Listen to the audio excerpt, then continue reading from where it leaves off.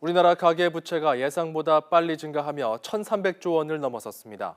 저축은행과 농협, 새마을금고 같은 비은행권 대출이 크게 늘면서 최대 증가폭을 기록했는데요. 정부는 집단대출 조이기에 나섰습니다. 염혜원 기자입니다. 지난 9월 말 기준 가계부채는 통계 작성 이후 최대치인 1,295억 원으로 집계됐습니다.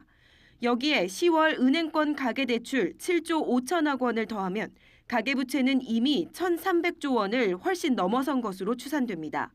1년 사이 무려 100조 원이나 늘어난 겁니다. 특히 저축은행과 농협, 새마을금고 등 비은행권 대출은 11조 1천억 원이나 늘어서 사상 최대 증가폭을 기록했습니다.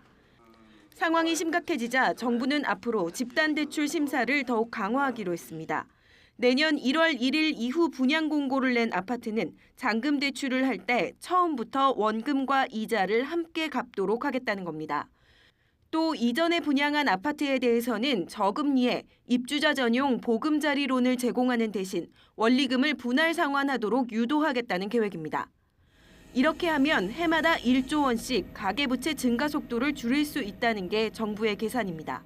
실소유자에게는 아무런 영향이 없다. 다만 투기적 수요를 가질 경우에는 그 투기적 수요에 대해서는 억제하는 효과가 분명히 있습니다. 투기적 수요에 대해서는 저희가 더 이상 방치하지 않겠다는 어떤 정부 정책 의지가 담겨 있다고 보시면 되고요.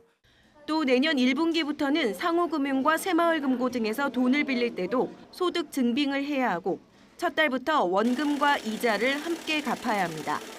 이와 함께 대출자의 시기별 예상소득에서 갚아야 할 빚이 차지하는 비율을 따지는 총체적 상환 능력 심사 제도를 도입해 은행권 대출을 더 쥘다는 계획입니다.